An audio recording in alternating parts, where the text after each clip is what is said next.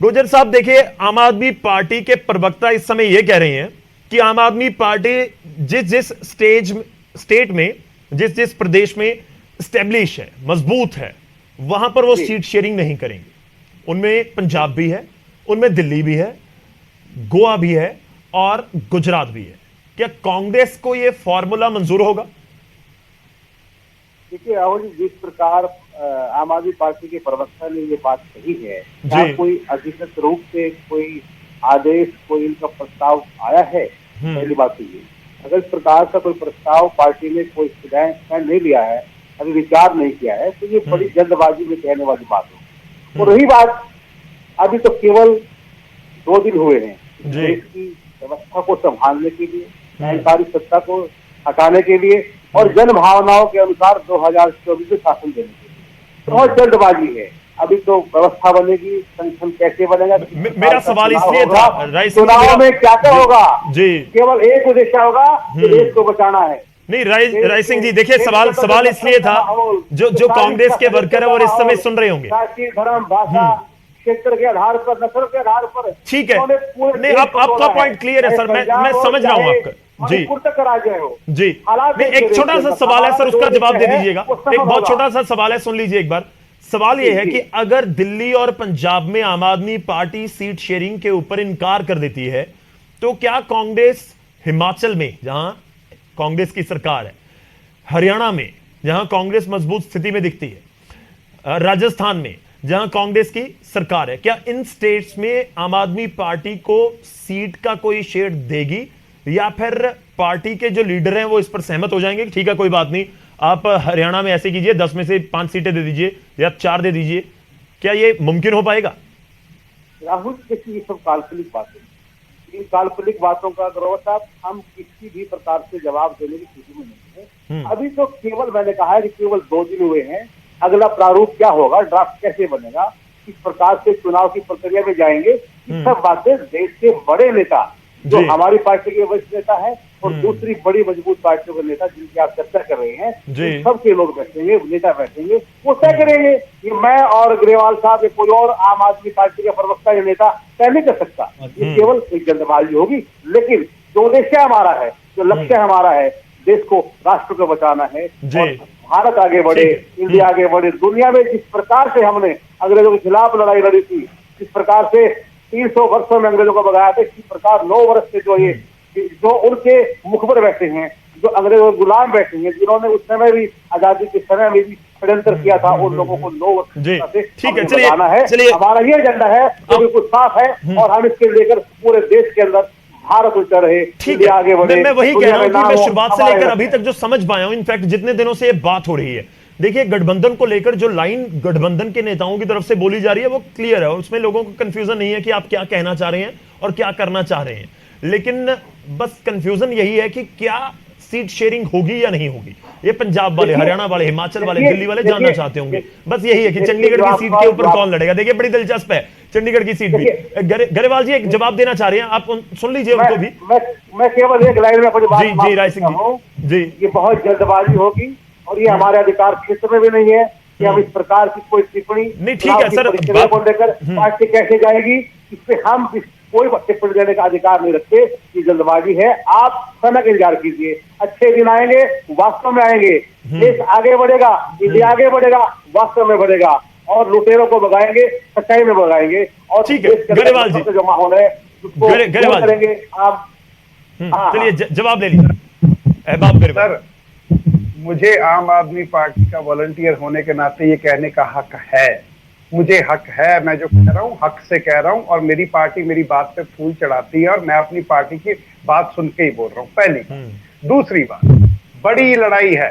आज हमने देश में देख लिया कि एक जगह में बंटवारे हो गए।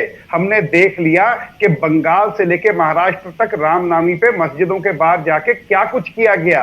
हमने देख लिया कैसे धर्म के नाम पे बांटा जा रहा है। हाँ, ये बात और है कि 300 साल का जो आप व्याख्यान कर रहे हैं, 300 साल वो है नहीं और 70 साल भारतीयों ने बनाए, लेकिन ये सब कहां शुरू हुआ हमें पता है। लेकिन आज आप लोग समझ चुके हैं क्योंकि आप सिमट गए हैं, आप 52-53 पे सिमट गए हैं, हम समझ चुके हैं। और पंजाब की एक आई ये समझ ले कि जिसने पंजाब को लूटा है वो नहीं बचेगा।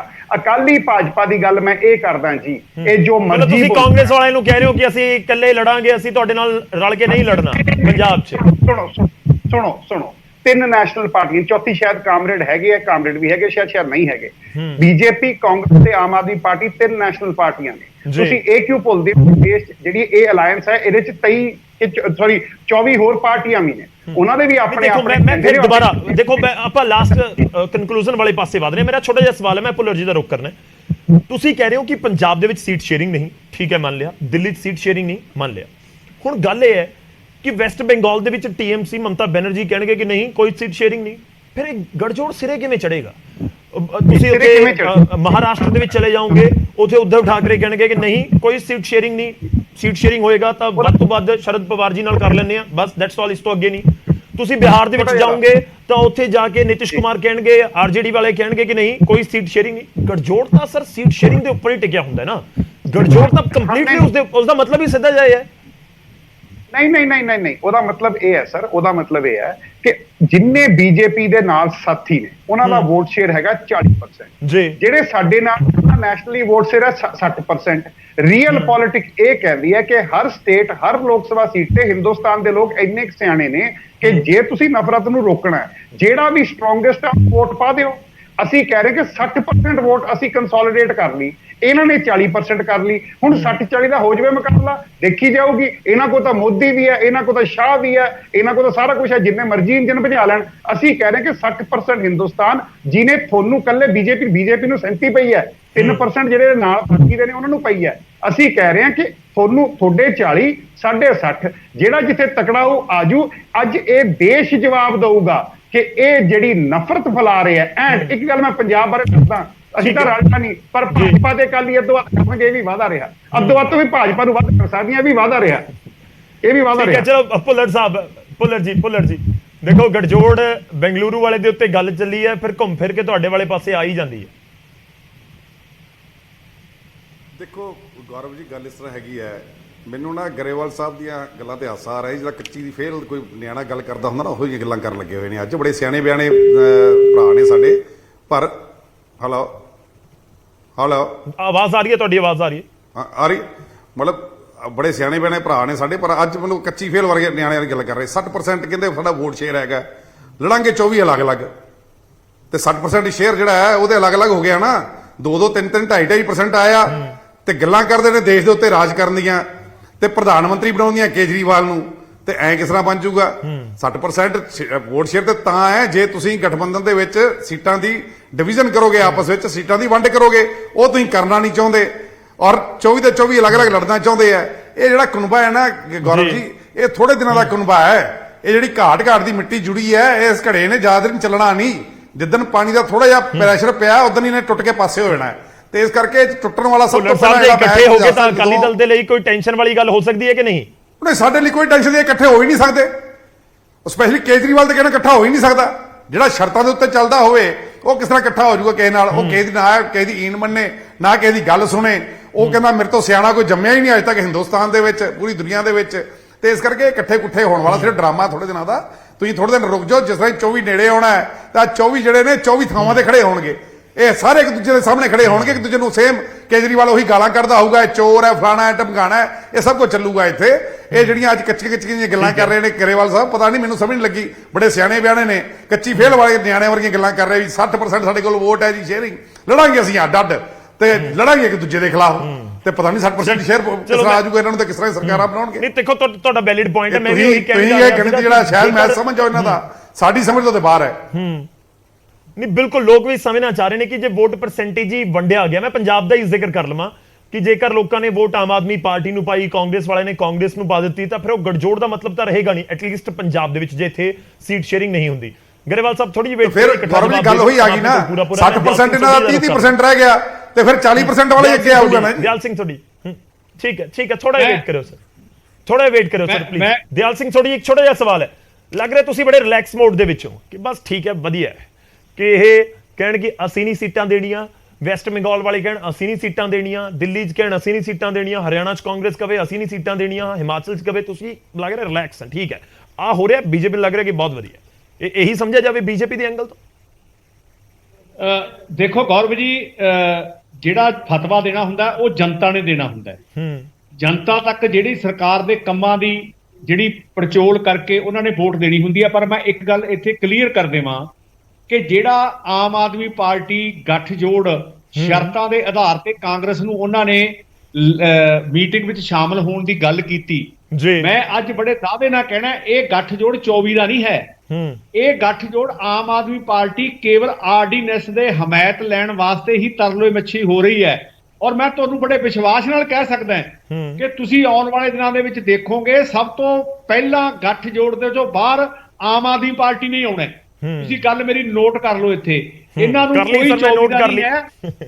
ਹਾਂ, ਤੇ ਔਰ ਮੈਂ ਤੁਹਾਨੂੰ ਇਹ ਵੀ ਗੱਲ ਕਹਿਣਾ ਹੈ ਗੌਰਵ ਜੀ ਕਿ 2024 ਦੇ ਵਿੱਚ ਤੀਸਰੀ ਵਾਰ ਪ੍ਰਧਾਨ ਮੰਤਰੀ ਦੇਸ਼ ਦੇ ਨਰਿੰਦਰ ਮੋਦੀ ਜੀ ਬਣਨਗੇ, ਸਹੁੰ ਚੁੱਕਣਗੇ ਔਰ ਆਪਾਂ ਇਸੇ ਟੀਵੀ ਤੇ ਬੈਠ ਕੇ ਦੁਬਾਰਾ ਇਹਨਾਂ ਨਾਲ ਡਿਬੇਟ ਕਰਾਂਗੇ। ਚਲੋ ਆਏਗਾ ਟਾਈਮ ਸਰ, ਉਹ ਤਾਂ ਇਲੈਕਸ਼ਨ ਜੋ ਤੁਸੀਂ ਆਪ ਹੀ ਕਿਹਾ ਕਿ ਲੋਕਾਂ ਨੇ ਫੈਸਲਾ ਕਰਨਾ, ਫਤਵਾ ਲੋਕਾਂ ਨੇ ਦੇਣਾ, ਤਾਂ ਜਿਹੜੇ ਵੋਟ ਪਾਉਣਗੇ ਅੱਜ ਸੁਣ ਵੀ ਰਹੇ ਨੇ ਉਹ ਵੀ ਲਾਜ਼ਮੀ ਤੌਰ ਤੇ ਨਜ਼ਰ ਰੱਖ ਰਹੇ ਹੋਣਗੇ। ਅਹਿਬਾਬ ਗਰੇਵਾਲ ਜੀ ਫਾਈਨਲ ਕਮੈਂਟ ਤੁਹਾਡਾ, ਬਹੁਤ ਛੋਟਾ ਜਿਹਾ ਸਰ ਰੱਖਿਓ ਗੱਲ, ਫਿਰ ਘੁੰਮ ਫਿਰ ਕੇ ਮੈਂ ਉਹੀ ਕਹਿ ਰਿਹਾ ਕਿ ਹਜੇ ਵੀ ਪਿਕਚਰ ਕਲੀਅਰ ਨਹੀਂ ਸਰ। ਸਾਡੇ ਵੱਲੋਂ ਸਪਸ਼ਟ ਹੈ, ਇਹਨਾਂ ਦੋਵਾਂ ਨੂੰ ਖੁਸ਼ੀ ਵੰਡ ਲੈ। 37% ਵੋਟ ਸ਼ੇਅਰ ਛੋਟਾ ਜਿਹਾ, ਕਿਉਂਕਿ ਮੇਰੇ ਕੋਲ ਸਮਾਂ ਬਹੁਤ ਘੱਟ ਹੈ, ਮੈਂ ਫਿਰ ਵੀ ਐਡ ਕਰ ਦਵਾਂ। ਮੈਂ ਦੇਖ ਰਿਹਾ ਸੀਗਾ ਕਿ 2019 ਦੇ ਵਿੱਚ ਜਿਹੜੇ ਇਲੈਕਸ਼ਨ ਨੇ ਬੀਜੇਪੀ ਨੂੰ ਕਰੀਬ 37.5% ਵੋਟ ਪਈ ਹੈ, 303 ਸੀਟਾਂ ਸਿਰਫ ਬੀਜੇਪੀ ਨੂੰ। ਉਸ ਤੋਂ ਬਾਅਦ ਦੂਜੇ ਨੰਬਰ ਦੇ ਉੱਤੇ ਕਾਂਗਰਸ ਹੈ, 52 ਸੀਟਾਂ ਤਕਰੀਬਨ 20%, 19.5%। ਇਹ 19 ਤੋਂ 37 ਵਾਲਿਆਂ ਨੂੰ ਬੀਟ ਕਰਨਾ ਅਲੱਗ-ਅਲੱਗ ਚੋਣ ਲੜ ਕੇ ਬਹੁਤ ਮੁਸ਼ਕਿਲ ਨਜ਼ਰ ਆਉਂਦਾ ਹੈ ਜੇ ਇਕੱਠੇ ਨਹੀਂ ਹੁੰਦੇ। ਨਹੀਂ ਗੌਰਵ ਜੀ, ਇਹੀ ਤਾਂ ਇਸ ਦੇਸ਼ ਦੀ ਖੂਬਸੂਰਤੀ ਹੈ। ਇਹੀ ਤਾਂ ਇਸ ਦੇਸ਼ ਦੀ ਖੂਬਸੂਰਤੀ ਹੈ ਕਿ ਬੀਜੇਪੀ ਨੂੰ ਜਿੱਥੇ ਪਈ ਹੈ ਕਨਸੈਂਟਰੇਟਡ ਏਰੀਆ, ਜਿਹੜਾ ਬਾਕੀ ਦਾ ਦੇਸ਼ ਤੁਸੀਂ ਦੇਖੋ, ਸਟੇਟਾਂ ਦੇਖ ਲਓ ਉੱਤੋਂ ਲੈ ਕੇ ਥੱਲੇ ਤਾਈਂ, ਆ ਵਿਚਾਲੜੀ ਬੈਲਟ ਨੂੰ ਛੱਡ ਕੇ ਸਾਰੇ ਬੀਜੇਪੀ ਦੇ ਉਲਟ ਨੇ, ਇਹਦੇ 'ਚ ਵੀ ਇਹਨਾਂ ਦੇ ਉਲਟ ਬੈਠੇ। ਪ੍ਰਧਾਨ ਮੰਤਰੀ ਕਹਿੰਦੇ 225 ਸੀਟਾਂ ਜਿੱਥੇ 50% ਤੋਂ ਜ਼ਿਆਦਾ ਵੋਟਾਂ ਪੈ ਗਈਆਂ। ਗੌਰਵ ਜੀ ਨੂੰ ਪੁੱਛੋ ਵੀ ਕੇਜਰੀਵਾਲ ਪੀਐਮ ਕੈਂਡੀਡੇਟ ਹੈ ਕਿ ਨਹੀਂ ਹੈ? ਗੌਰਵ ਜੀ ਨੂੰ ਇੱਕ ਸਵਾਲ ਪੁੱਛੋ ਕਿ ਪੀਐਮ ਕੈਂਡੀਡੇਟ ਹੈ ਕੇਜਰੀਵਾਲ? ਠੀਕ ਹੈ, ਤੁਹਾਡਾ ਸਵਾਲ ਪਹੁੰਚ ਗਿਆ ਹੋਏਗਾ। ਗਰੇਵਾਲ ਸਾਹਿਬ ਕੰਪਲੀਟ ਕਰ ਲਓ, ਆਪਾਂ ਕੰਕਲੂਡ ਕਰਨਾ ਹੈ ਸਰ, ਮੇਰੇ ਕੋਲ ਸਮਾਂ ਖਤਮ ਹੋ ਗਿਆ। ਗਰੇਵਾਲ ਜੀ, ਤੁਸੀਂ ਦੋਵੇਂ ਭਰਾਵਾਂ ਕੋ 37% ਪੰਜਾਬ ਸੀ ਨਾ ਵੋਟ ਸ਼ੇਅਰ, ਇਕੱਠੇ ਹੋ ਜਾਓ, ਅੱਧੋ ਅੱਧ ਸੀਟਾਂ ਕਰ ਲਓ, ਤੁਹਾਨੂੰ ਤਾਂ ਦੇਖ ਲਾਂਗੇ। ਪਹਿਲੀ ਗੱਲ। ਦੂਜੀ ਗੱਲ, ਪ੍ਰਧਾਨ ਮੰਤਰੀ ਜੀ ਦੀ ਗੱਲ ਦਾ ਇਹ ਜਵਾਬ ਹੈ ਸਰ, ਹੁਣ ਇੰਡੀਆ ਦੱਸੂਗਾ, ਹੁਣ ਹਿੰਦੁਸਤਾਨ, ਹੁਣ ਭਾਰਤ ਦੱਸੂਗਾ ਕਿ ਤੁਸੀਂ ਜੋ ਵੰਡ ਕੀਤੀ ਹੈ, ਤੁਸੀਂ ਜੋ ਲੁੱਟ ਕੀਤੀ ਹੈ, ਤੁਸੀਂ ਜੋ ਖੋਹ ਕੀਤੀ ਹੈ, ਉਹਦਾ ਹਿਸਾਬ ਕਿਵੇਂ ਲਿਆ ਜਾਂਦਾ। ਐਂਡ ਅਸੀਂ ਆਪਣੇ ਸਿਧਾਂਤ ਤੇ ਖੜੇ ਆ, ਅਸੀਂ ਸਿਰਫ ਸਿਧਾਂਤ ਤੇ ਪ੍ਰਿੰਸੀਪਲ ਹੀ ਇਕੱਠੇ ਹੋਏ ਆ ਦੇਸ਼ ਲਈ, ਕਿਉਂਕਿ ਆਰਥਿਕ ਤੌਰ ਤੇ, ਰਾਜਨੀਤਿਕ ਤੌਰ ਤੇ ਦੇਸ਼ ਨੂੰ ਵੰਡ ਰਹੇ ਨੇ, ਤਾਂ ਅਸੀਂ ਇਕੱਠੇ ਹੋਏ ਆ ਐਂਡ ਜਿੱਤ ਕੇ ਦਿਖਾਵਾਂਗੇ ਦੇਖਣ ਤਾਂ। ਚਲੋ ਸ਼ੁਕਰੀਆ, ਬਹੁਤ ਬਹੁਤ ਧੰਨਵਾਦ ਸਾਡੇ ਨਾਲ ਜੁੜਨ ਦੇ ਲਈ, ਇਸ ਪੂਰੀ ਗੱਲਬਾਤ ਦੇ ਵਿੱਚ ਸ਼ਾਮਲ ਹੋਣ ਦੇ ਲਈ। ਗਰੇਵਾਲ ਸਾਹਿਬ, ਦਿਆਲ ਸਿੰਘ ਸੋਢੀ ਜੀ, ਹਰਜੀਤ ਭੁੱਲਰ ਜੀ ਔਰ ਰਾਜ ਸਿੰਘ ਗੁੱਜਰ ਜੀ ਕਾਂਗਰਸ ਨੂੰ ਰਿਪਰੈਜ਼ੈਂਟ ਕਰ ਰਹੇ ਸੀ। ਆਖਰੀ ਰਿਐਕਸ਼ਨ ਮੈਂ ਉਹਨਾਂ ਤੋਂ ਨਹੀਂ ਲੈ ਪਾਉਂਗਾ। ਬਹੁਤ ਬਹੁਤ ਧੰਨਵਾਦ, ਸ਼ੁਕਰੀਆ ਸਾਡੇ ਨਾਲ ਜੁੜਨ ਦੇ ਲਈ, ਇਸ ਗੱਲਬਾਤ ਦੇ ਲਈ। ਕਹਿ ਰਿਹਾ ਸੀ ਪ੍ਰੋਗਰਾਮ ਦਾ ਨਾਮ ਰੱਖਿਆ ਕਿ ਅੱਜ ਜੋ ਆਪਾਂ ਨਾਮ ਰੱਖਿਆ ਕਿ ਗੱਲ ਬਣੀ ਜਾਂ ਨਹੀਂ ਬਣੀ, ਤਾਂ ਪੂਰੀ ਗੱਲਬਾਤ ਤੋਂ ਬਾਅਦ ਇੱਕ ਚੀਜ਼ ਤਾਂ ਬਹੁਤ ਕਲੀਅਰ ਨਜ਼ਰ ਆ ਰਹੀ ਹੈ ਕਿ ਗੱਲ ਬਣ ਜਾਣੀ ਇੰਨੀ ਵੀ ਸੌਖੀ ਨਜ਼ਰ ਨਹੀਂ ਆ ਰਹੀ। ਜੇ ਸੀਟ ਸ਼ੇਅਰਿੰਗ ਪੰਜਾਬ ਦੇ ਵਿੱਚ ਹੁੰਦਾ ਹੈ ਤਾਂ ਵੀ ਬਹੁਤ ਔਖਾ ਹੈ। ਸੋਚ ਕੇ ਦੇਖੋ ਕਿ ਜੇ ਸੀਟ ਸ਼ੇਅਰਿੰਗ ਹੁੰਦਾ ਹੈ, ਆਮ ਆਦਮੀ ਪਾਰਟੀ ਤੇ ਕਾਂਗਰਸ ਦੇ ਵਿਚਾਲੇ 13 ਸੀਟਾਂ ਦੇ ਵਿੱਚੋਂ 7 ਦੇ ਉੱਤੇ ਇੱਕ ਪਾਰਟੀ ਲੜੇ, 6 ਦੇ ਉੱਤੇ ਇੱਕ ਪਾਰਟੀ ਲੜੇ, ਜਿਹੜੇ ਧੁਰ ਵਿਰੋਧੀ ਇਸ ਸਮੇਂ ਪੰਜਾਬ ਦੇ ਵਿੱਚ ਨੇ ਕੀ ਇਕੱਠੇ ਇੱਕ ਸਟੇਜ ਦੇ ਉੱਤੇ ਨਜ਼ਰ ਆ ਸਕਦੇ? ਬਹੁਤ ਮੁਸ਼ਕਿਲ ਨਜ਼ਰ ਆਉਂਦਾ ਹੈ। ਹੁਣ ਪੁਆਇੰਟ ਇਹ ਵੀ ਹੈ ਕਿ ਜੇ ਟਾਪ ਦੀ ਲੀਡਰਸ਼ਿਪ ਇਕੱਠੀ ਇੱਕ ਸਟੇਜ ਦੇ ਉੱਤੇ ਨਜ਼ਰ ਆ ਰਹੀ ਹੈ, ਕੇਜਰੀਵਾਲ ਤੇ ਰਾਹੁਲ ਗਾਂਧੀ, ਤਾਂ ਕੀ ਉਸ ਦਾ ਇੰਪੈਕਟ ਜਾਂ ਉਸ ਦਾ ਅਸਰ ਪੰਜਾਬ ਦੇ ਉੱਤੇ ਨਹੀਂ ਹੋਏਗਾ? ਆਮ ਤੌਰ ਤੇ ਹੁੰਦਾ ਹੈ ਜਦੋਂ ਟਾਪ ਲੀਡਰਸ਼ਿਪ ਇੱਕ ਸਟੇਜ ਤੇ ਹੋਵੇ ਤਾਂ ਫਿਰ ਜਿਹੜੀ ਸੂਬਾ ਇਕਾਈ ਦੀ ਲੀਡਰਸ਼ਿਪ ਹੁੰਦੀ ਹੈ ਉਹ ਵੀ ਇੱਕ ਸਟੇਜ ਦੇ ਉੱਤੇ ਨਜ਼ਰ ਆ ਹੀ ਜਾਂਦੀ ਹੈ। ਫਰਜ਼ ਕਰਕੇ ਦੇਖੋ ਕਿ ਰਾਹੁਲ ਗਾਂਧੀ ਪੰਜਾਬ ਆਏ ਹੋਏ ਨੇ, ਕੇਜਰੀਵਾਲ ਵੀ ਪੰਜਾਬ ਆ ਜਾਣ, ਉਹ ਇੱਕ ਸਟੇਜ ਤੇ ਨਜ਼ਰ ਆਉਣਗੇ, ਤਾਂ ਕੀ ਪ੍ਰਤਾਪ ਬਾਜਵਾ ਜਾਂ ਰਾਜਾ ਵੜਿੰਗ ਨਹੀਂ ਜਾਣਗੇ ਉਸ ਸਟੇਜ ਦੇ ਉੱਤੇ ਰਾਹੁਲ ਗਾਂਧੀ ਦੇ ਕੋਲ? ਜਾਂ ਫਿਰ ਦੂਜੇ ਪਾਸੇ ਅਰਵਿੰਦ ਕੇਜਰੀਵਾਲ ਦੇ ਨਾਲ ਉਸ ਸਟੇਜ ਦੇ ਉੱਤੇ ਕੀ ਭਗਵੰਤ ਮਾਨ ਜਾਂ ਹਰਪਾਲ ਚੀਮਾ ਨਹੀਂ ਜਾਣਗੇ? ਮੁਸ਼ਕਿਲ ਨਜ਼ਰ ਆਉਂਦਾ ਹੈ। ਸਿਆਸਤ ਹੈ, ਹੋ ਕੁਝ ਵੀ ਸਕਦਾ ਹੈ, ਪਰ ਦਿਲਚਸਪ ਇਸ ਵਾਰ ਪੰਜਾਬ ਦੀ ਸਿਆਸਤ ਜ਼ਰੂਰ ਨਜ਼ਰ ਆ ਰਹੀ ਹੈ। ਪ੍ਰਾਈਮ ਟਾਈਮ ਦੇ ਵਿੱਚ ਅੱਜ ਲਈ ਇੰਨਾ।